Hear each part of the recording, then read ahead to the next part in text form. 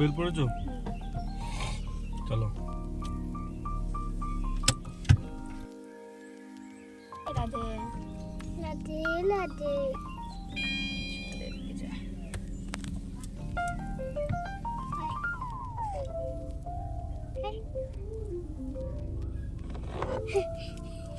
Radhe Radhe everyone, তোমরা কেমন আছো? আশা করছি সবাই ভালো আছো, আমরাও খুব ভালো আছি।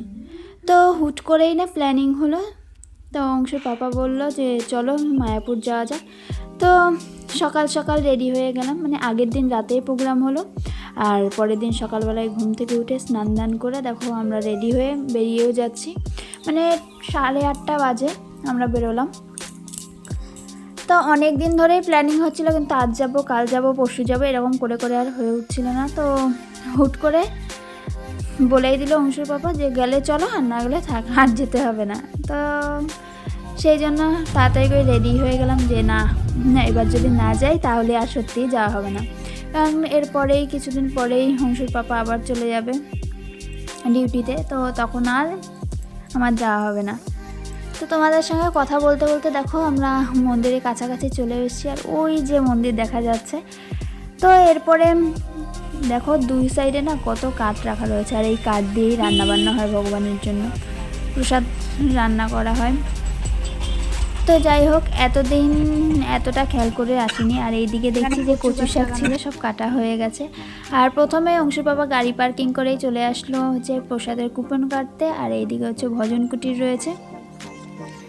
তো অংশ আস্তে আস্তে না একটা বই নিয়েছে, ছোট্ট একটা বই, মানে প্রভু দিয়েছে আর ও নিয়ে চলে এসছে, কিন্তু ও পড়তে পারছে না, তাও যেন ও কি পড়ছে, কত কিছু পড়ছে ওর মধ্যে দিয়ে, তাই রাস্তার মাঝখানে বসে বসে দেখছে।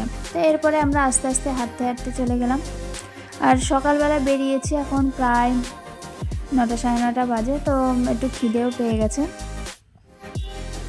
তো এরপর একটা প্রভুর দোকান থেকে দেখো কি সুন্দর দুটো দোসা নিল, আর অংশ একটু বার্গার খাবে বলছিল, সেই জন্য অংশের জন্য বার্গারও নেওয়া হয়েছে। এটা মোমো বার্গার ছিল, তো বেশ ভালোই লাগছিল, দেখতেও তো খুব সুন্দর লাগছিল, শসা টসা দেওয়া ছিল, মেয়োনিজ আরও কত কি দেওয়া, আর বানটাও মনে হচ্ছে নিজেদের বানানো। আর এরপরে আমরা চলে গেলাম, মানে প্রসাদ পেয়ে চলে গেলাম হচ্ছে গোশালায়। আর অংশ না গোশালায় যেতে খুব পছন্দ করে, মানে প্রথমেই এসে বলবে চলো গরু দেখতে যাই, বাছুর দেখতে যাই, নন্দী দেখতে যাই, এরকম বলতে থাকবে। ছোট বাছুর দেখতে ভালোবাসি। তুমি ছোট বাছুর দেখতে ভালোবাসো? হ্যাঁ। তো এবার এসে দেখছি বেশি গোমাতা নেই, মানে সবাইকে আর কি মাঠে রেখে আসা হয়েছে ঘাস খাওয়ানোর জন্য। আর অল্প কয়েকটা হাতে গোনা কয়েকটা গরু রয়েছিল, আর এই জায়গাটা পরিষ্কার করা হচ্ছিল, সেই জন্য তো সে অংশের একটু মনটা খারাপ হয়ে গেলো, কোথায় রয়েছে কোথায় রয়েছে। তো যে কটা দেখতে পেলো তাতেই ও খুশি। আর গোশালায় আসলেই হচ্ছে গোমাতাদের লাড্ডু খাওয়াতে হবে।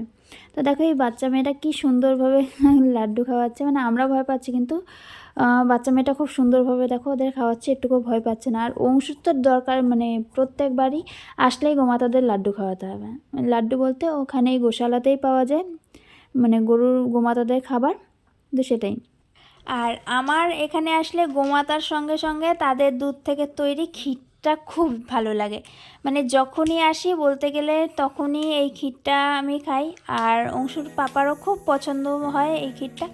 তো এরপরে আমরা ক্ষীর খেয়ে চলে গেলাম নতুন মন্দিরে। আর এই মন্দিরে আসতে গেলে আগে কুপন কাটতে হবে, আর ডেলি 2 টাইম আর কি এই মন্দিরে প্রবেশ করা যায়, একটা বিকেল 4টে আর একটা সকাল 11টা কি 12টা, আমার ঠিক মনে নেই। তো এইটা হচ্ছে নৃসিংহদেবের মন্দির, দেখো কি সুন্দর বেদিটা, তাই না? এখনই এত ভালো লাগছে, তাহলে মনে করো যখন আর কি কাজটা পুরো মানে পরিপূর্ণ হয়ে যাবে তখন কত সুন্দরই না লাগবে। তো এইখানেই আর কি যখন উদ্বোধন হয়েছিল তখন নৃসিংহদেবকে এনে এইখানেই রেখেছিল, তো খুব সুন্দর লাগছিল। আর যে প্রভু আমাদের গাইড করছিল সে বলছিল যে 2026 সালে জানুয়ারি মাসে মানে সমস্ত মন্দিরটা কমপ্লিট হয়ে যাবে। व्हाइट मार्बल से वियतनाम सा है, विदेश से वियतनाम।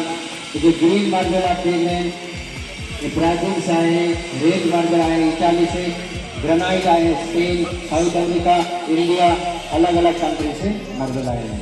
बोलो जय नरसिंह देव भगवान की, भक्तराज प्रहलाद महाराज की, जय जगत गुरु शिल प्रभुपाद की, मायापुर नवद्वीप धाम की, निताई गौर ब्रह्मानंदी हरि हरि बोल।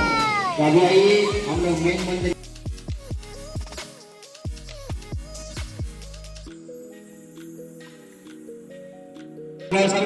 भगवान ऋषिदेव की जय।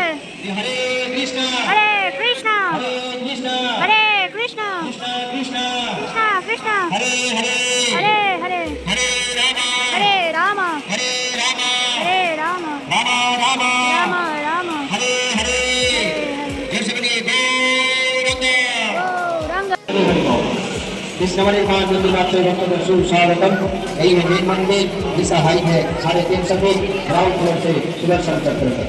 बाहर से जो हमें 3 ग्राउंड दिखाई देते हैं, पूर्व दिशा में है नरसिंह भगवान जी का मंदिर, जहाँ पर हम लोग खड़े हैं मेन मंदिर। वेस्टर्न साइड को और एक ग्राउंड है पश्चिम दिशा में भजन मंदिर की तरफ। इधर 3 लोग करने का 3 के माध्यम से सारे सृष्टि तत्व दिखाए जाएंगे। सृष्टि तत्व वेस्टर्न साइड हम लोग जहाँ पर खड़े हैं मेन मंदिर के अंदर देखिए 3 अल्टर है, 3 सिंहासन।